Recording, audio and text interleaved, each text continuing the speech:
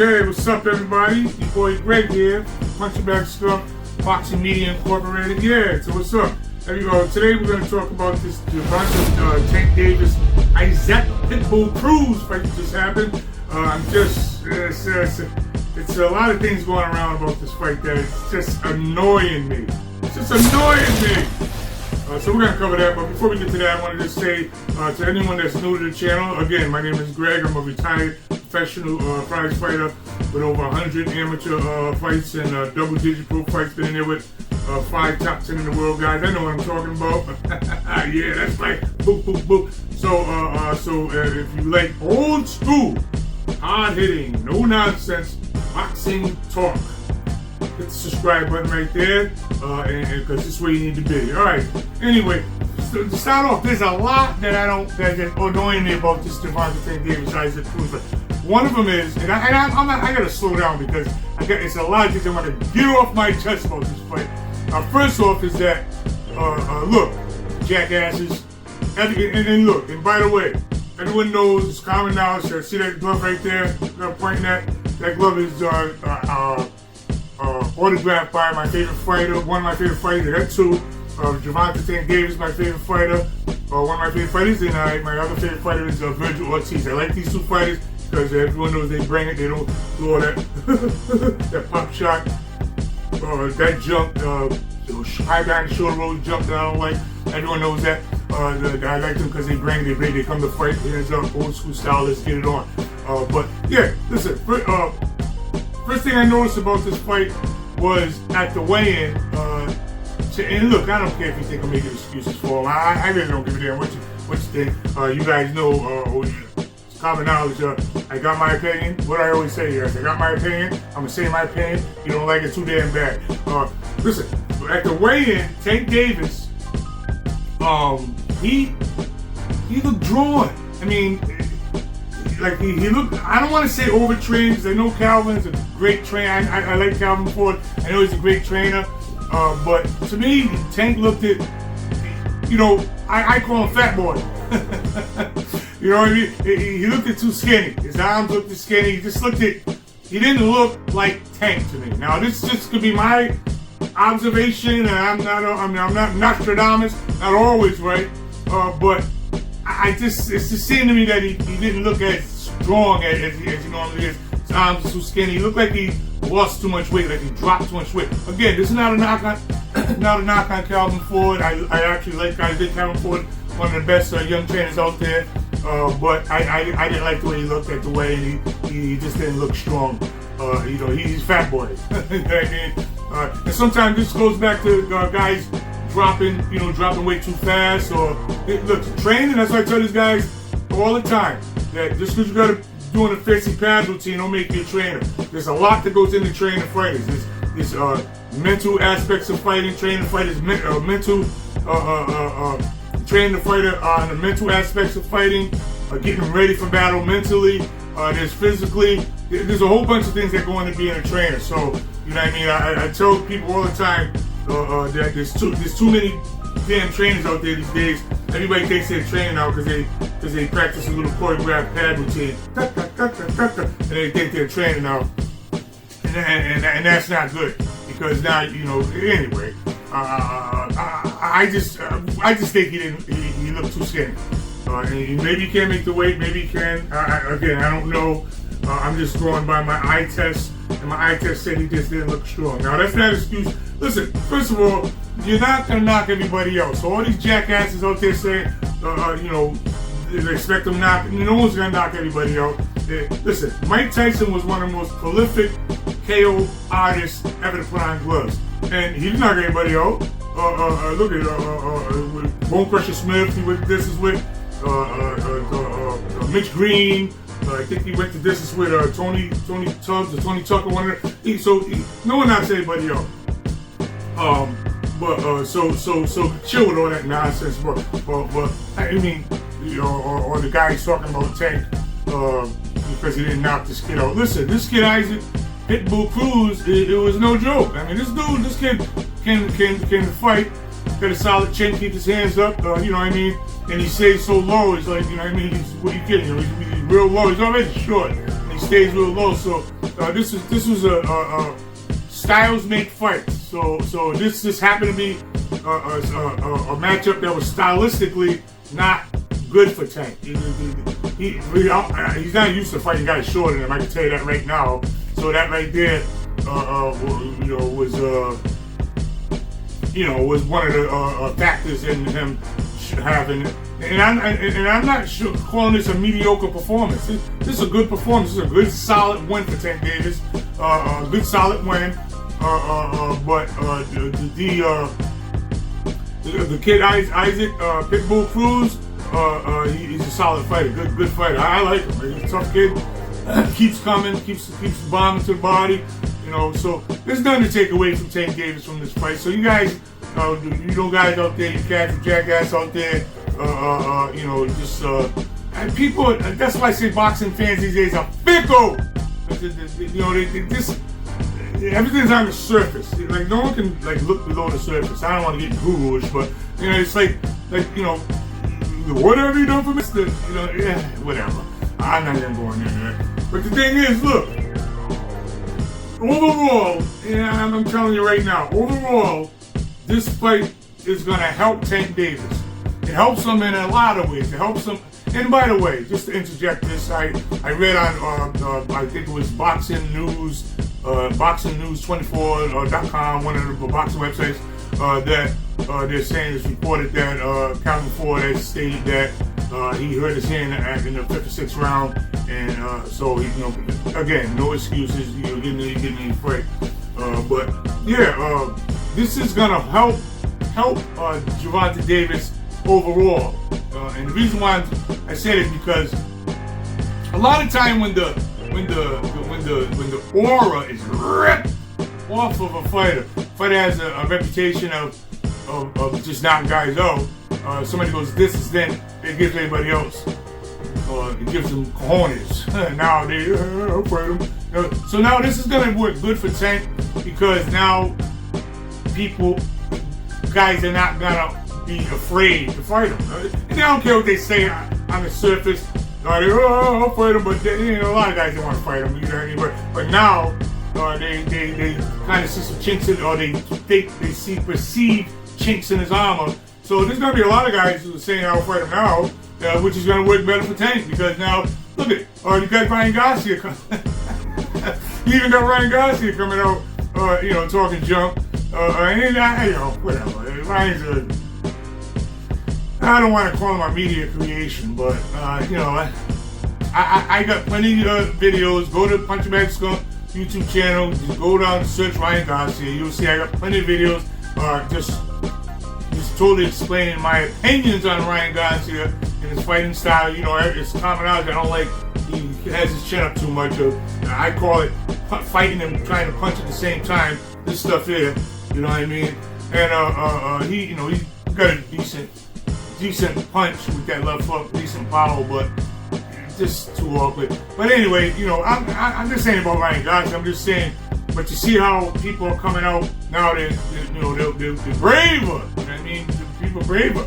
After Tyson lost, a lot of people wasn't. They figured they had a chance to win. Back in the day, the psychological advantage that Tyson had was that he was blitzing guys in 1 or 2 rounds. And, basically these guys get hit with a punch and they fall apart in their mind because they're already it solidifies their insecurities. Let me get deep on you for a second.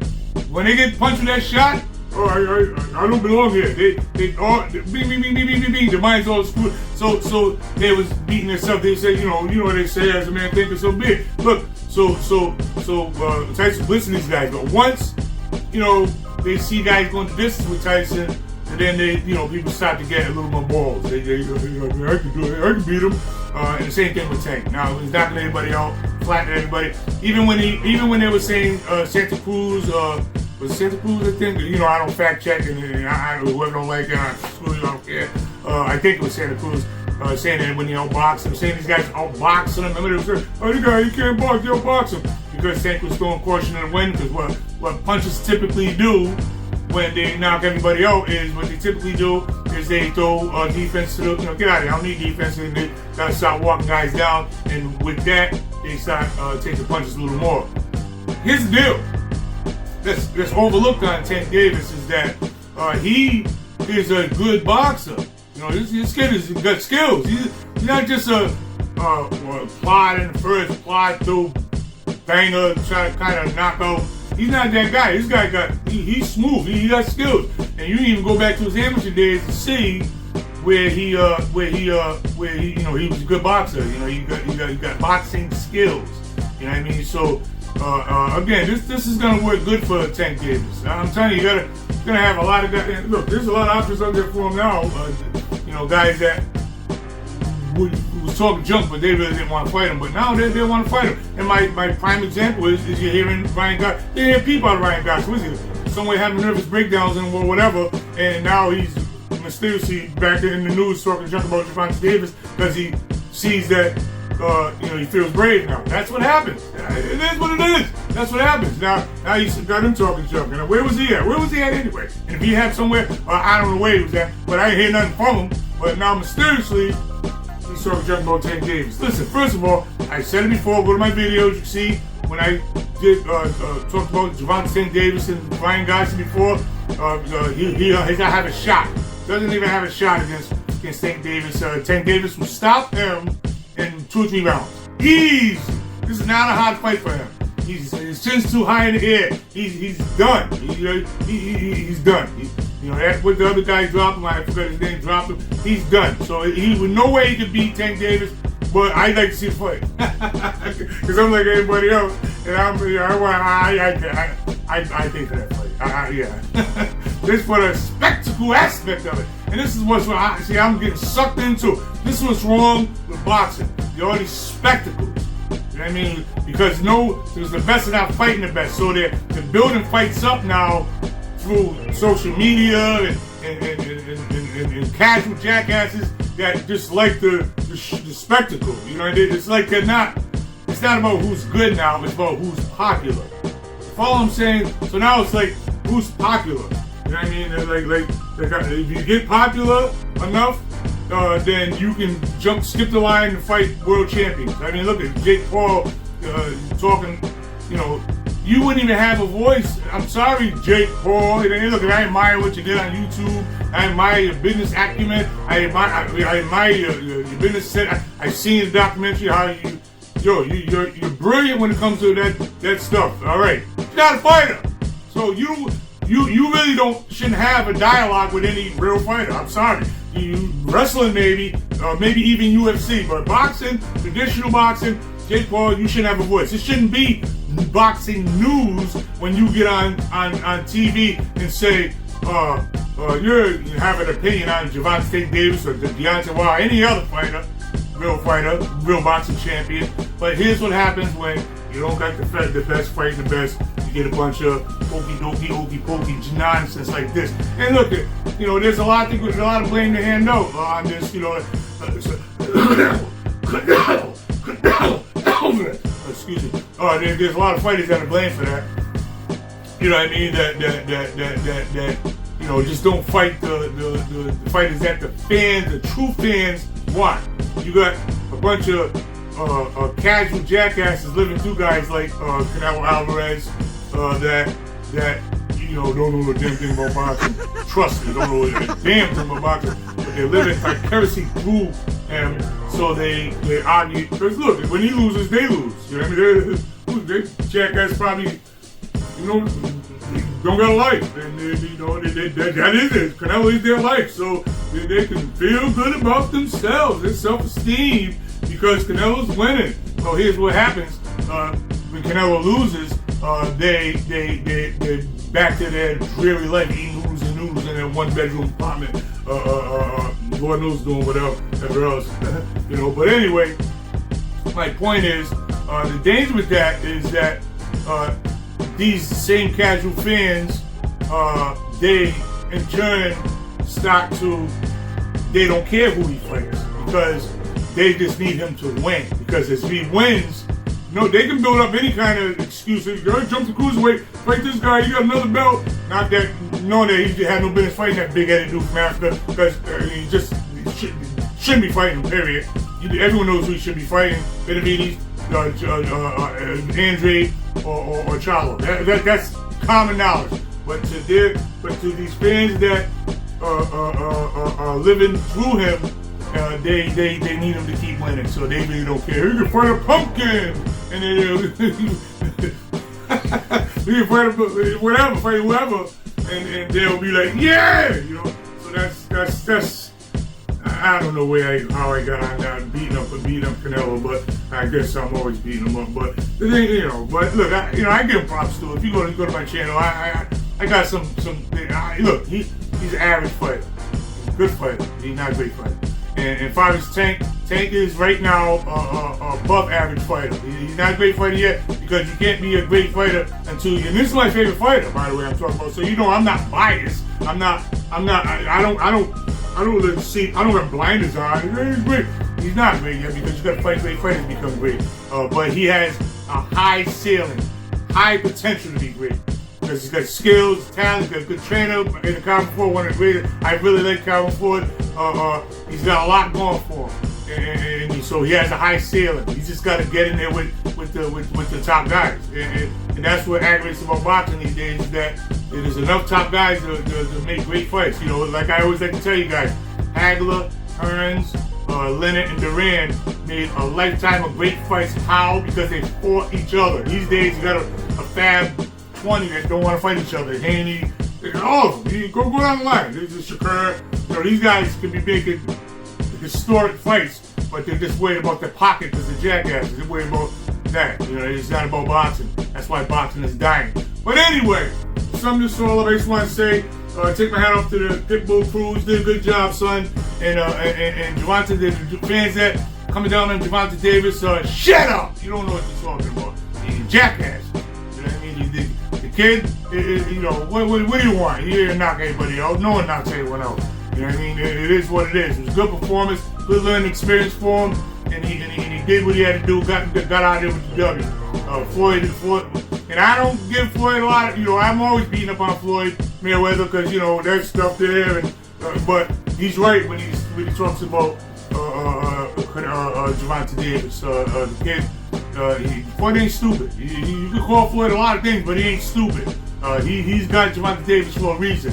And listen, 2 years ago, all these young up-and-coming lightweights was all in the same boat. Now look how Tank is elevated. He's in the top pay-per-view guy now. Anyway, listen, let me tell you guys that have a wonderful day. That's all I got for you today from Punchingbagskunk Boxing Media Inc. We'll be back with the next one, blowing you guys away. Pop, pop, pop, pop, pop.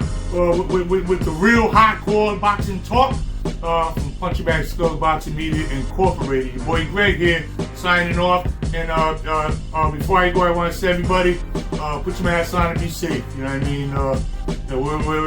We're in unprecedented times. You know what I mean? So be safe out there. And your boy Greg will be back with some more hard hitting boxing talk soon. Peace. Check the mic and make sure it sound right, boys.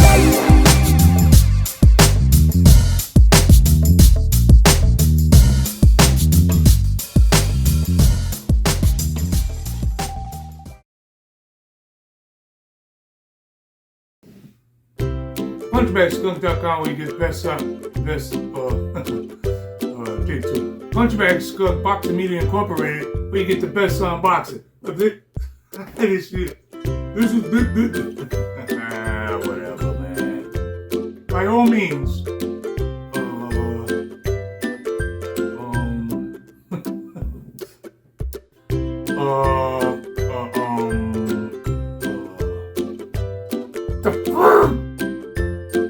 damn it! Sitting there with 5 tops in the world. Look, I know what I'm talking about. Anyway, yeah. Punching bags. All right, that is